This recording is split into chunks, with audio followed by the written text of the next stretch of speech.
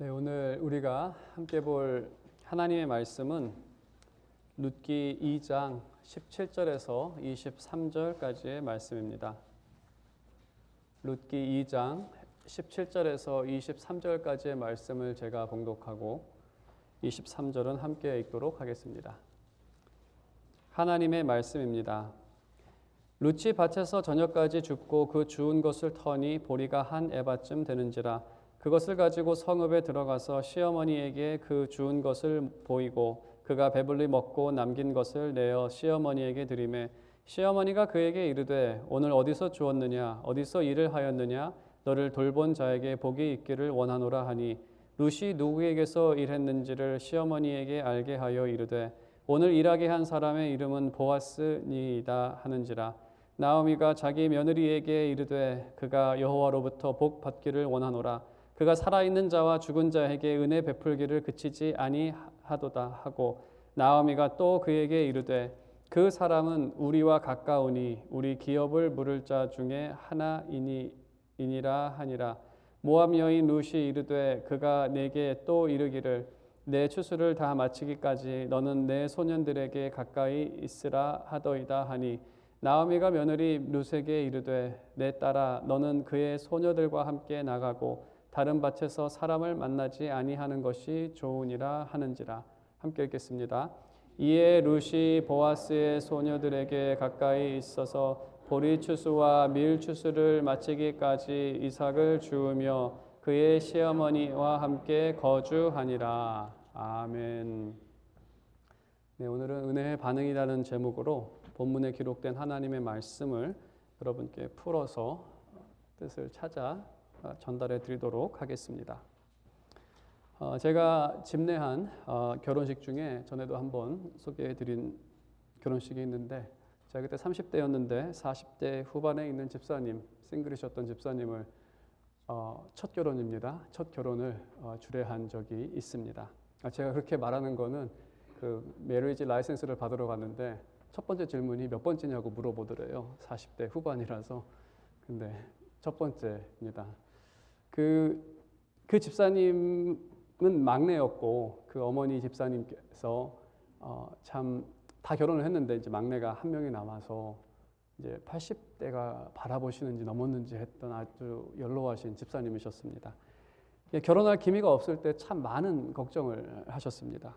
기도 제목을 나누기까지도 하고 또 신방을 가서는 또 그러한 제목을 놓고 기도도 하고 했는데 그런데 뭐 사귀는 사람도 없고 아무런 기미가 보이지 않았는데 하루는 가까이 지내는 여자 사람 친구 중에 한 사람한테 청혼을 하고 또 그 여자 사람 친구도 뭐 사귀는 상태가 아니었는데 그 청혼을 받아줘서 그렇게 이제 결혼을 하게 된 겁니다.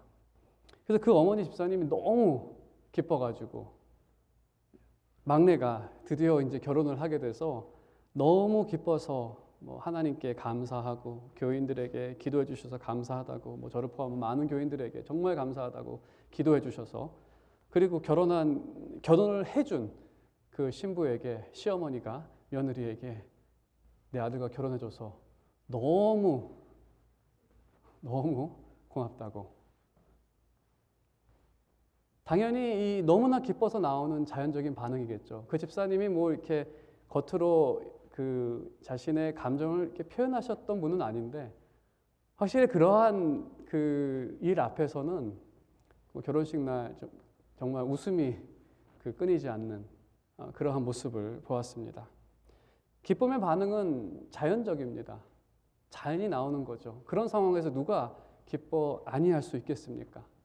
하지만 또 어떤 분들은 적당한 시기에 알아서 결혼한 자녀는 부모님이 그것이 너무나 당연한 건 줄 알고 오히려 며느리한테 좀 컴플레인을 하시는 경우도 있죠. 왜 이것밖에 못하냐? 왜 저러냐? 같은 결혼인데 무슨 차이일까요? 한쪽은 감사해서 고마워서 은혜로 생각하기 때문에 그러한 거고 다른 경우는 이게 너무나 당연한 거기 때문에 뭐 그렇게 생각하는 거겠죠. 제가 이 말씀을 드리는 이유는 성도의 삶에서 하나님의 은혜는 항상 우리가 주일 모일 때마다 그리스도를 통해서 완성된 죄사함과 의롭다함, 거룩함, 자녀됨, 성화 과정 가운데서 우리가 동행하심, 이러한 은혜가 항상 우리에게 있습니다. 하지만 이것이 은혜로 여겨지는 것은 좀 다른 것 같습니다. 그래서 이것이 은혜로 여겨지면 그 반응은 기쁨으로 나오지만 이것이 당연한 것으로 생각을 한다면 왜 이것밖에 안 됩니까? 라는 그 컴플레인이 나올 수밖에 없겠죠. 오늘 본문에서 핵심적인 부분이 바로 이 은혜에 대한 반응입니다. 하나님께서 은혜를 베푸실 때에는 어떠한 반응이 나타나는가?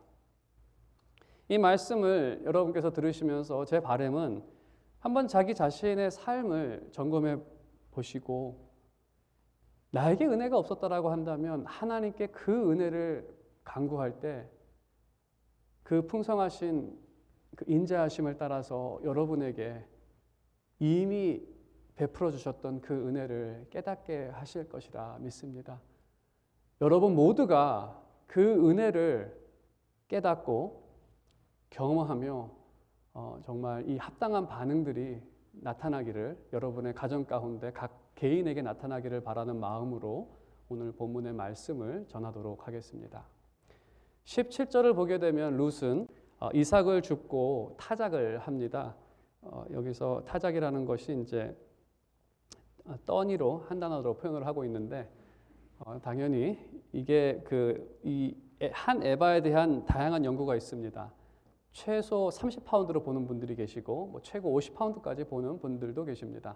여러분께서 코스코에 쌀을 사시면 한 25파운드짜리 정도 되죠. 그거보다 조금 많던지 그 2배이던지 아무튼 그만큼의 보리와 밀을 지금 그 타작을 해서 가지고 가는 겁니다. 그래서 여기서 타작을 그만큼 했다는 것은 이제 보아스가 그것도 그 기구를 빌려줬다든지 예상할 수가 있겠죠. 그걸 일일이 다 까지는 않았겠죠.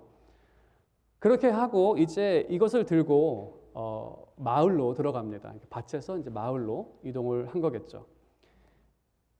룻이 밭에서 마을로 들어갈 때 나오미를 만나게 되고 룻을 본 나오미는 룻의 얼굴보다 그녀가 들고 온 이 포대자루면 포대자루겠죠. 이제 그 어마어마한 양의 보리와 밀에 눈이 이제 관심을 두게 됩니다. 놀랬죠 아주. 그리고 룻은 먹고 남아서 쌓은 음식을 또 시어머니에게 전달을 합니다. 나오미는 놀라면서 그 이야기를 합니다.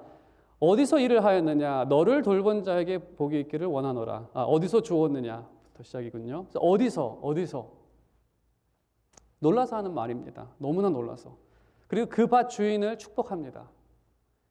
그 밭 주인을 축복하는 이유는 그 룻이 그만큼 양을 가져올 수는 없었습니다. 아무리 뒤져서 그 곡식 이삭을 몇 개 주셔서 아무리 까도 30파운드를 가져온다는 건 거의 불가능한 일 아닙니까? 그래서 이 룻이 아니라 룻에게 이제 잘 해준 사람이 있었다라고 생각을 한 거죠. 자연적으로. 사실 모압 여인은 이스라엘 사람들이 잘 봐주지는 않습니다. 그래서 많은 곡식을 가져온 이유는 당시 배경에서는 룻 때문이 아니라 룻을 잘 봐준 사람이 있기 때문에 라고 판단한 것입니다.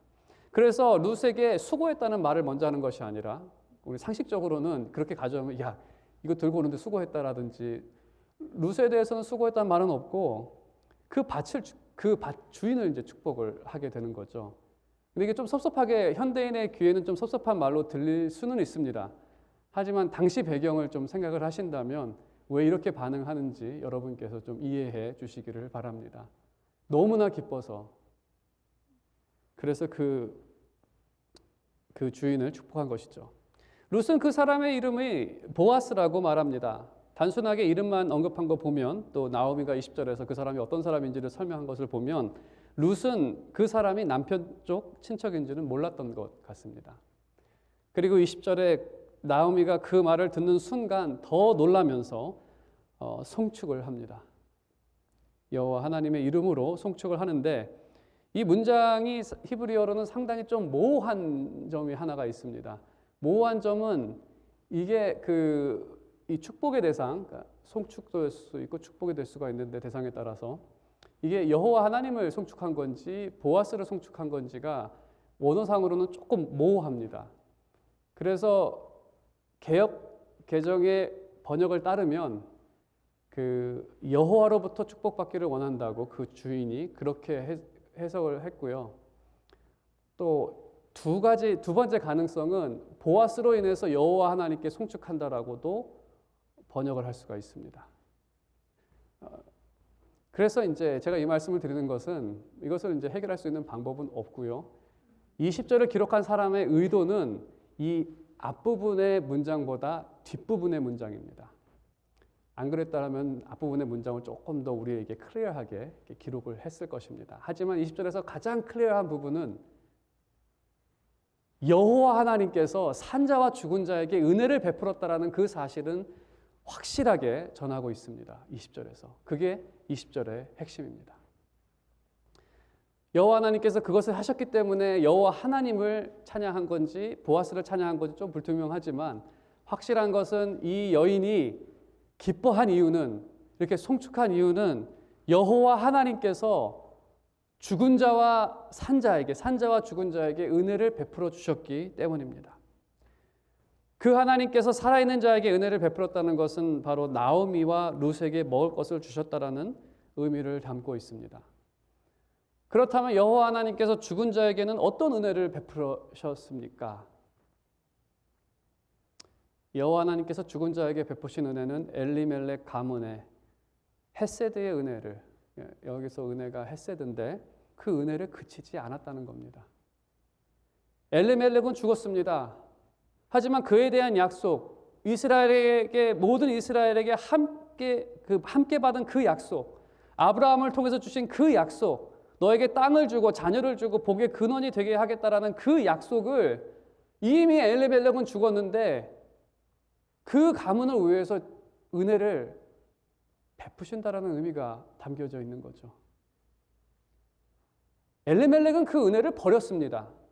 그가 베들레헴을 떠났을 때에는 이 땅 버렸습니다. 하나님과 관계 다 버리고 간 사람입니다.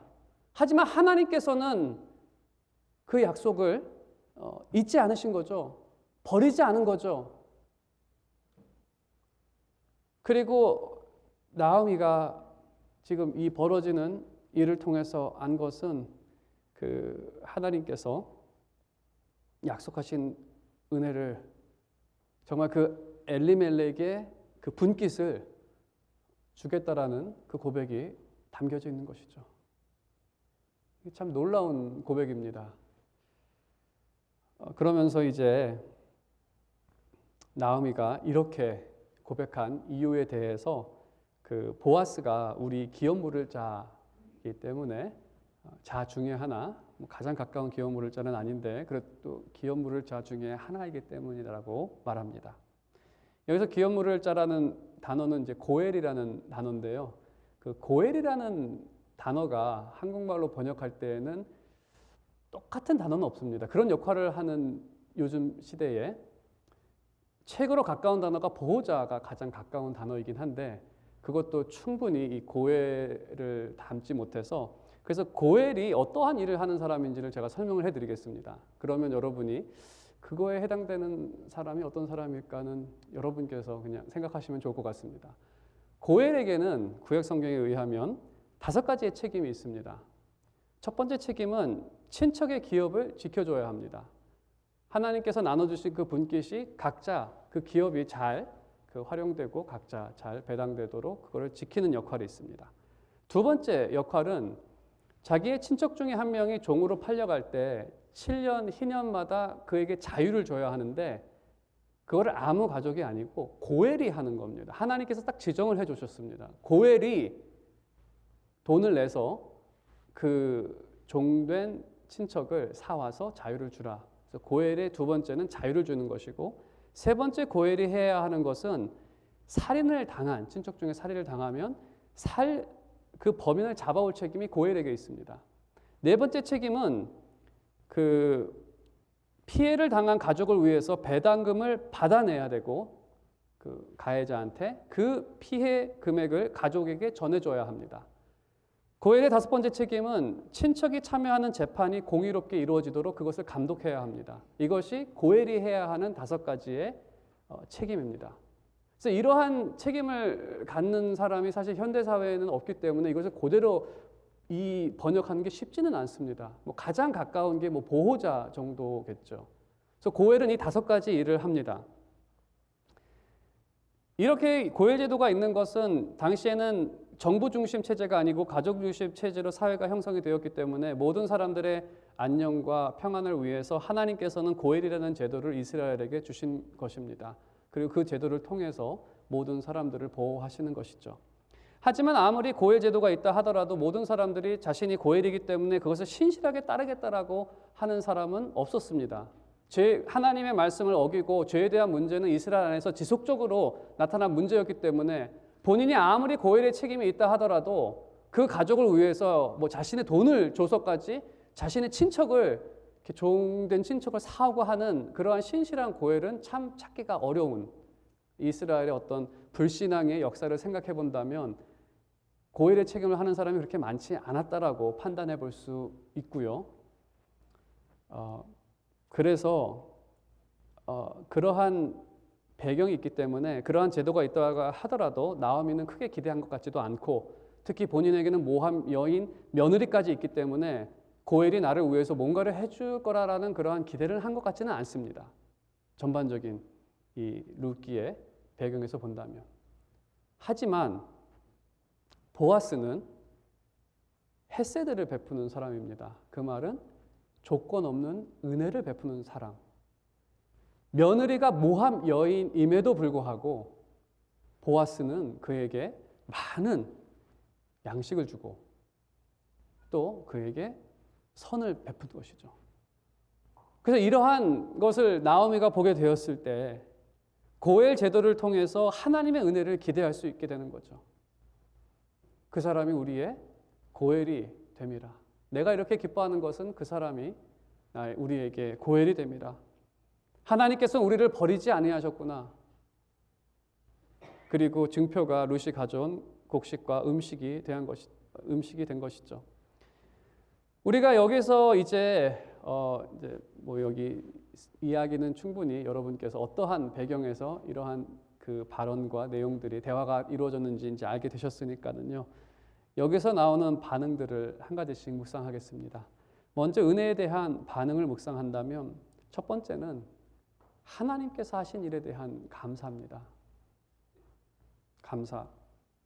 우리가 이 첫 번째 내용을 우리의 삶에서 한번 적용해 본다면 신자에게 시험이라는 것은 마음의 상처나 상한 일 당한 것이 시험이 아닙니다. 그것도 이제 연결은 됩니다만 그것이 시험의 핵심이 아닙니다. 신자들에게 시험은 하나님께서 나와 함께 계시느냐, 계시지 않느냐. 때로는 우리가 고통을 당하고 어려움을 당할 때 첫 번째로 신자가 드는 생각은 하나님 계십니까? 하나님 계신데 내가 나한테 왜 이러한 어려움이 생기고 왜 이러한 고통이 나한테 발생한 겁니까? 때로는 우리가 어떤 뭐 상처를 입을 때에도 하나님 그 상황에서 하나님 어디 계셨습니까라고 뭐 따질 수는 있겠죠. 내가 이렇게 상처받는 일을 당했는데 하나님 그때 어디 계셨습니까라고 뭐 물을 수도 있습니다. 그래서 연결은 되어 있지만 진정한 핵심은 하나님 나와 함께 하는 것 맞습니까? 고통과 어려움 가운데 하나님께서 함께 하시는 거 맞습니까? 그리고 그 사람이 하나님께 간구할 때 하나님께서는 다양한 방법으로 함께 계신다는 사실을 알려주십니다. 때로는 그 고통과 어려움을 직접 해결해 주십니다. 그래서 내가 너와 함께하고 너가 간구할 때 나는 듣는 하나님이라는 그 사실을 그 영혼으로 알게 하셔서 그 시험을 넘어서게 하십니다. 하지만 때로는 우리 내면에 말씀하셔서 우리와 함께 하심을 알게 하십니다. 신자의 심령은 그 주님의 말씀을 들으며 하나님은 나와 함께 계신구나. 하나님께서 나와 함께 계시구나. 그 사실을 알게 될 때 믿음의 굳건함을 얻고 소망의 기쁨으로 변화되어지고 그래서 그는 그 시험을 넘어서는 교회가 환자들을 위해 기도하는 것은 원칙적으로 말씀을 드리면 낫기 위해서 기도하는 것은 아닙니다. 시험에 빠지지 않게 하기 위해서 기도하는 겁니다. 이것을 통해서 주님을 부인할까 봐, 그 부인함을 통해서 더 큰 그 축복을 놓칠까 봐 하나님께서 저 사람을 치유해 주셔서 하나님께서 그 인생 가운데 동행하시고 함께 하신다는 그 사실을 알게 해달라고. 하지만 그리 아니하실지라도 저 인생이 그리스도의 손에 있고 더 큰 하나님의 나라가 있고 하나님께서 동행하신 사실을 전혀 부인하지 않음으로써 끝까지 신앙 붙잡고 살아갈 수 있도록. 그래서 우리가 환자들을 위해 교회가 함께 기도하는 이유는 우리 교회가 다 함께 볼 수 있도록 우리 교회 가운데 하나님께서 살아계시고 역사하시고 함께 하신다는 사실을 그 개인만 아는 것이 아니라 그를 위해 기도했던 모든 성도들이 그의 삶의 모습을 통해서 그리스도가 우리 가운데 살아있다는 그 사실을 다 함께 알게 하기 위해서 우리가 혼자 기도하는 것이 아니라 통성으로 기도하는 것이고 함께 기도하는 것 아닙니까? 그래서 그것이 시험이라는 것이죠. 그래서 우리가 이러한 이 시험 가운데에서 사실 시험에 빠지지 않게 하기 위해 기도하는 것인데 앞서 나타난 엘리멜렉과 같은 경우에는 그 가뭄 때문에 그것이 시험에 대해서 정말 엘리멜렉처럼 버리고 가버릴지도 모릅니다. 그래서 가뭄 가운데 기도를 해야 되는 것이 거였죠. 그에게도. 그래서 치유가 하나님께 가까이 나아가는 방법이 된다면 뭐 하나님께서 그렇게 사용하실 것이고, 하지만 그리 아니하실지라도 그 영혼을 붙잡으셔서 천국에 참여할 수 있도록 주님은 끝까지 그 영혼 놓지 않으십니다. 그것을 위해서 우리가 기도하는 거고요. 하나님의 동행하심을 깨닫게 될 때 하나님은 우리 교회와 동행하시고 인생에 함께 하신다는 그 사실을 깨달을 때 신자는 시험을 이기는 겁니다. 그것이 더 이상은 문제가 되지 않는 거죠. 만일에 자녀의 어려움으로 인해서 어려움이 있다라고 한다면 뭐 자녀가 뭐 기도를 통해서 변화됐다라고 한다면 그것도 시험을 이기는 방법이겠지만, 만일에 그리스도께서 내 마음 가운데 주시고 저 자녀도 그리스도의 손에 붙잡힌 자녀이기 때문에 하나님께서 저 자녀도 길을 주실 것이고 한다라는 그 마음의 믿음이 생기면 내면의 확신이죠. 그러면 이것이 더 이상 시험이 되는 것이 아니죠. 그 이유로는. 왜냐하면 하나님께서 나와 함께 하시고 나와 함께 하신 하나님께서 내 자녀와도 함께 하시겠다라는 그 확신이 생긴 것이기 때문에. 그래서 하나님께서 우리와 함께 동행하심을 깨닫게 될 때 그 믿음의 굳건함을 얻고 그 믿음의 반응은 하나님을 찬양하는 것으로 나타납니다.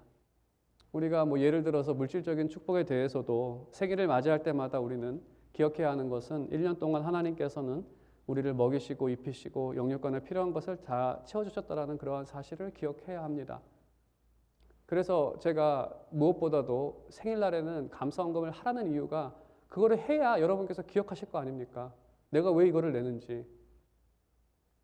하나님께서 나에게 1년 동안 이러한 은혜를 부어주셨다는 것을 다시 되새기는 거 아닙니까? 여러분의 은혜를 위해서 얘기를 드리는 것이죠. 이러한 부분도 1년 동안 광야 이스라엘에게 만나를 주셔서 그들을 먹이셔서 날마다 그들이 걸어가게 할 수 있었던 것처럼 그리스도께서도 1년 동안 우리에게 영육간에 필요한 모든 것을 먹이시고 채우셔서 내가 1년을 신앙생활을 하고 이 생활을 하면서 살아가고 있다라는 이 사실.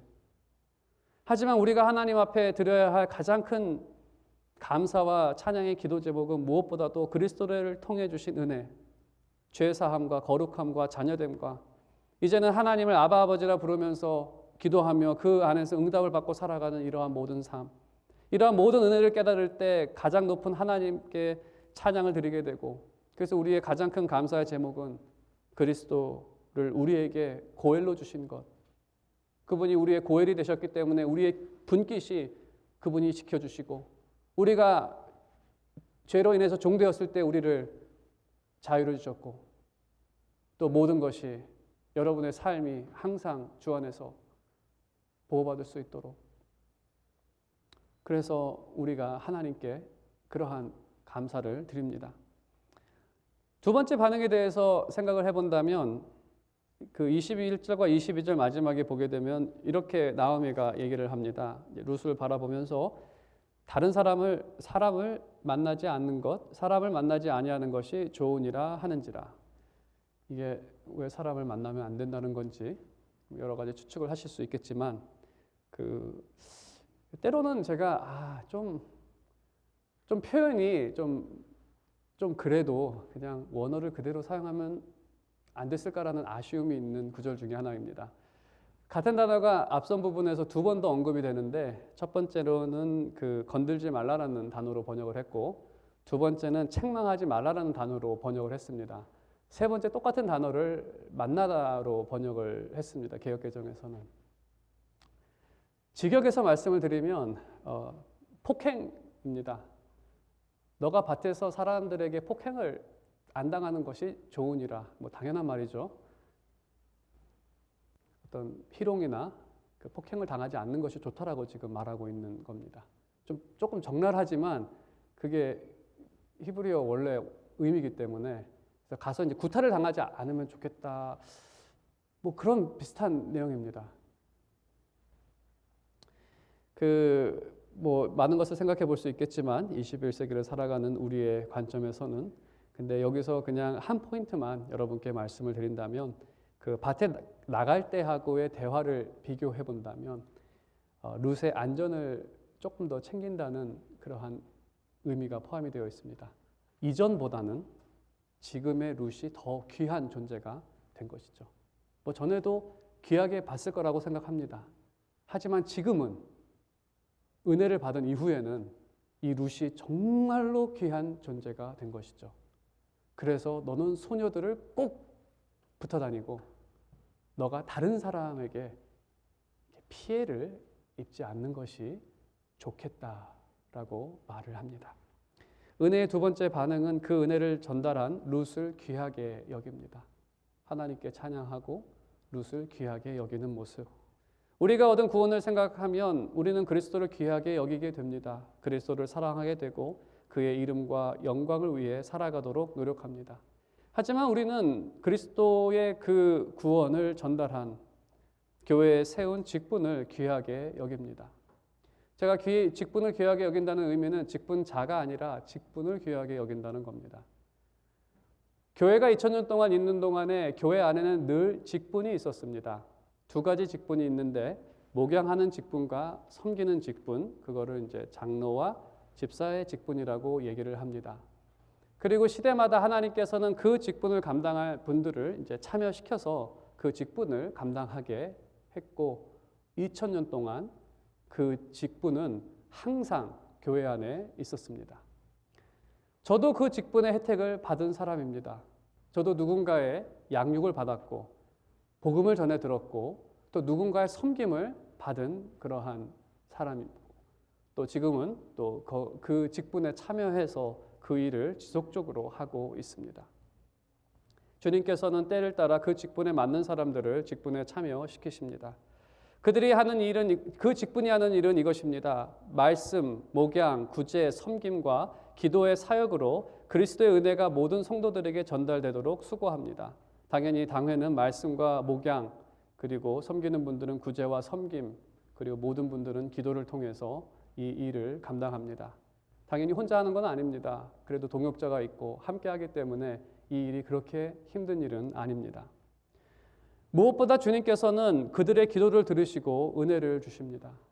그들은 기도합니다. 이 성도가 하나님 앞에 거룩한 삶을 살아가도록 이러한 시험 앞에 그들이 시험을 이기고 살아갈 수 있도록 병자들을 위해 기도하고 이 주일 예배를 위해서 기도합니다. 말씀이 선포될 때 그들이 그리스도의 모습을 보고 하나님의 영광이 무엇인지를 깨닫고 그들 가운데 있는 이 은혜가 무엇인지를 온전히 붙잡고 살아갈 수 있도록 그것을 위해서 무엇보다도 기도를 참 많이 하게 되는 거죠. 왜냐하면 그것은 우리가 전달할 수 있는 것이 아니기 때문에 그것은 성령께서 각 심령들에게 주시는 말씀의 깨달음과 그 확신은 성령께서 하시는 것이기 때문에 왕이신 하나님께서 여러분을 그 이끄시는 방법은 뭐 강압적인 방법은 아닙니다. 여러분의 내면에 은혜를 주셔서 여러분을 그리스도의 말씀을 순종하는 그 자리로 이끌어 주시는 것이죠.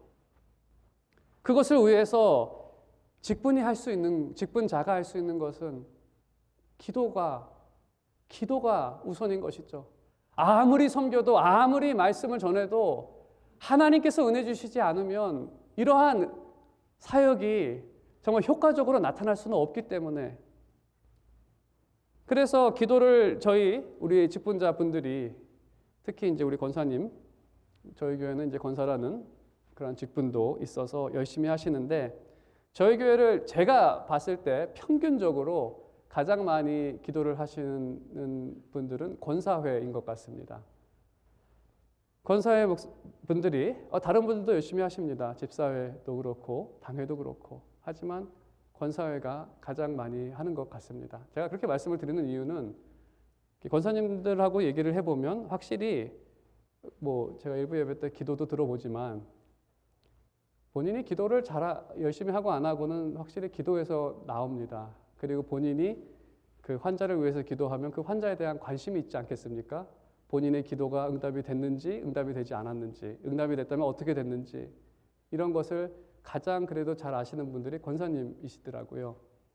그래서 권사님이 이러한 고백을 하시더라고요. 하루는 우리 교회는 은근히 조용하게 기도가 응답이 잘 된다.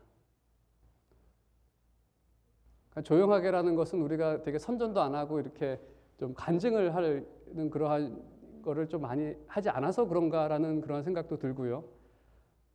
기도를 했더니 정말 하나님께서 들으시더라. 정말 그러한 상황에 있던 그러한 분들이 치유를 얻고, 뭐 한 가지 예를 든다면 정말 한 분을 위해서 오랫동안 기도를 했는데 정말 기적적으로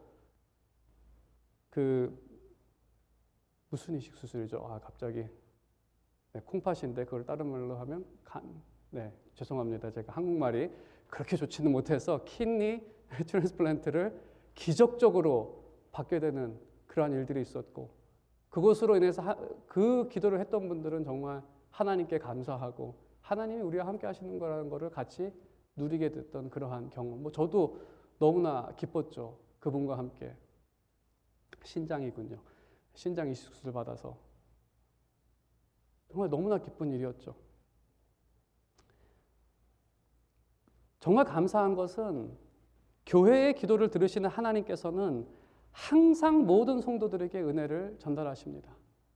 오늘 주일도, 어제도, 여러분의 일주일의 삶에도 그리스도께서는 이 교회의 기도를 들으시고 여러분을 항상 인도하십니다. 오늘도 여전히 그리스도를 통해 얻게 된 모든 혜택들, 우리는 죄사함과 거룩함과 자녀됨과의 그 영광에 참여함과 성도를 보존하시는 그 은혜를 오늘도 우리는 여전히 누리고 있습니다. 우리의 죄는 하나님의 임재 앞에, 정말 제 자신도 이것에 대해서 상당히 좀 회개하는 계기가 되었는데, 우리의 죄는 하나님 임재 앞에 벼락을 맞아도 부족합니다. 하지만 하나님의 크신 긍휼과 사랑으로 벼락이 아니라 자녀가 누리는 모든 혜택을 누리게 하시고, 여전히 오늘도 죄사함과 거룩함과 자녀됨과 영광의 동참함과 우리의 이 믿음을 보존하심의 은혜가 오늘도 우리에게 있다는 것이죠. 하지만 성도들의 차이가 뭐냐면 이 은혜를 깨닫느냐 못 깨닫느냐, 이 두 가지입니다. 결국에 깨닫지 못하면 왜 이것밖에 못합니까? 라는 컴플레인밖에 안 나오겠죠. 자녀의 결혼을 당연하게 생각하면 며느리에게 맨날 컴플레인 하듯이 그거를 감사한지도 모르고 은혜인지도 모르고 백날 컴플레인만 하면서 사는 인생이 될 수밖에 없겠죠. 근데 진정으로 바라는 것은 여러분이 갖고 있는 그 보화와 같은 그 하나님의 나라, 그 가치, 그것을 주시기 위해 그리스도께서 행하신 이 모든 일들, 이 큰 은혜를 값없이 여기지 마시고 정말 큰 은혜로 여기는 그러한 일들이 나타나기를 너무나 바라기 때문에 제가 기도하게 되고 성령께 의지하게 되고 이 말씀을 통해서 또 그 기쁨을 누리시는 분들이 또 전 교인을 위해서 함께 기도하는 그러한 일들이 있다면 참 우리 모든 교회가 그 은혜 가운데 참된 찬양을 하나님께 드리지 않을까라는, 그리고 그 모습을 통해서 모든 분들은 직분을 귀하게 여기게 될 것입니다.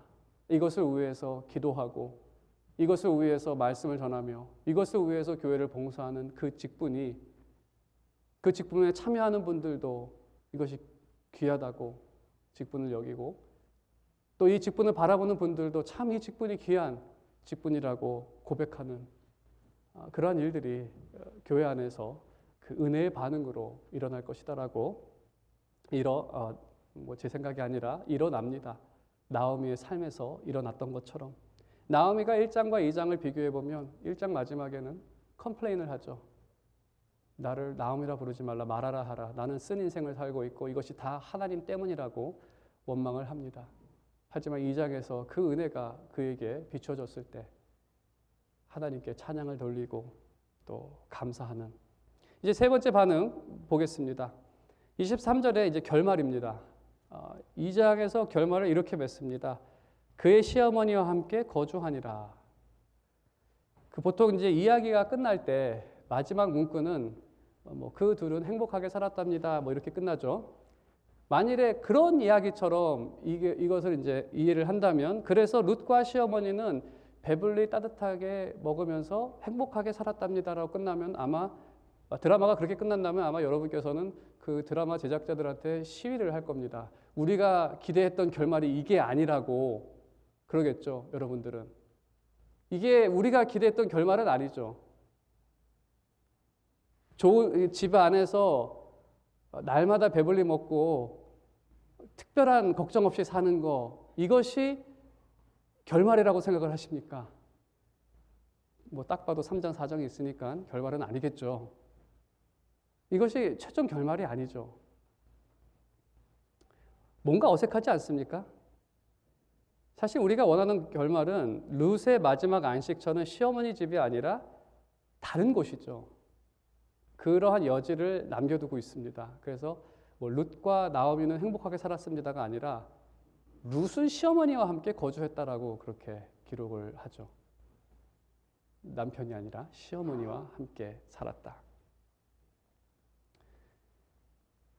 이 말씀에서 우리가 알 수 있는 것은 그들은 보아스로 인해서 소망을 갖게 되었고, 그 안전한 안식의 소망으로 이 룻기를 기록한 사람은 우리를 인도합니다. 이 그림이 어색하고 그들이 받아야 할 더 큰 소망이 있다라고 하는 부분이죠.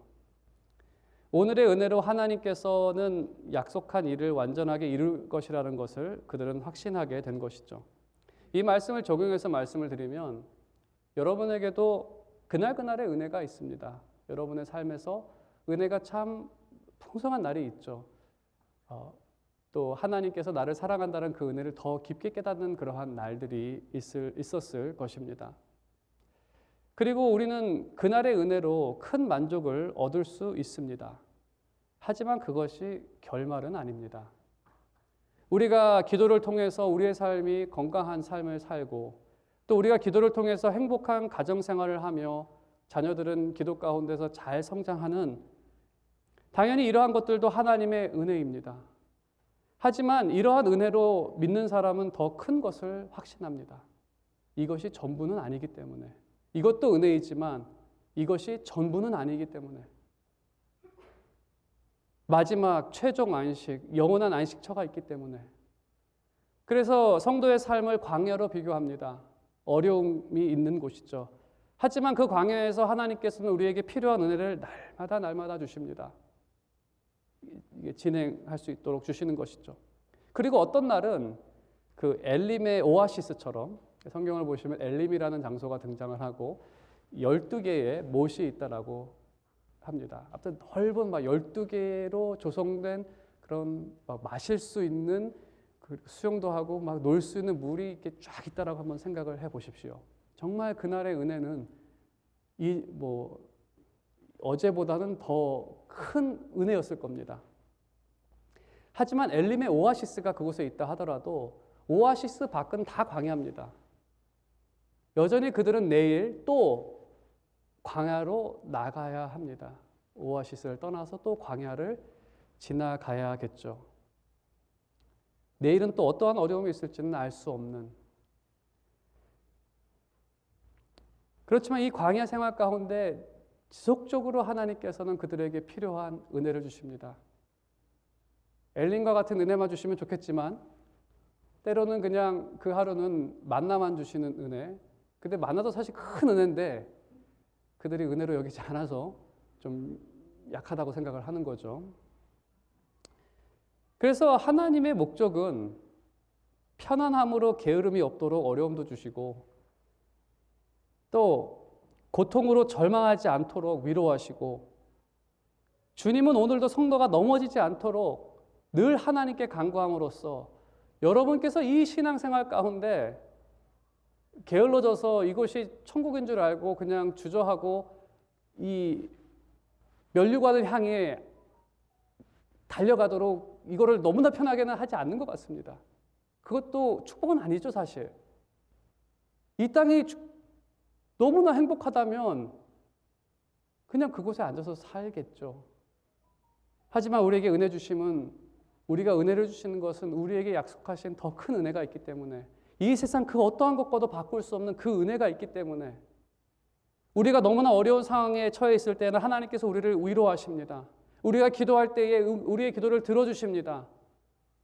왜냐하면 하나님께서 약속하셨기 때문에 내가 너희와 항상 함께 할 것이고 내가 그곳으로 너희를 인도하겠다라는 그 약속에 신실하신 분이기 때문에 하나님께서는 절대로 우리를 떠나지 아니하시고 우리에게 필요한 은혜를 주시고, 우리가 위험에 처해 있을 때 기도할 때에 우리의 기도를 들으시고 우리를 도와주셔서 이 길을 걷게 하시는 것이죠.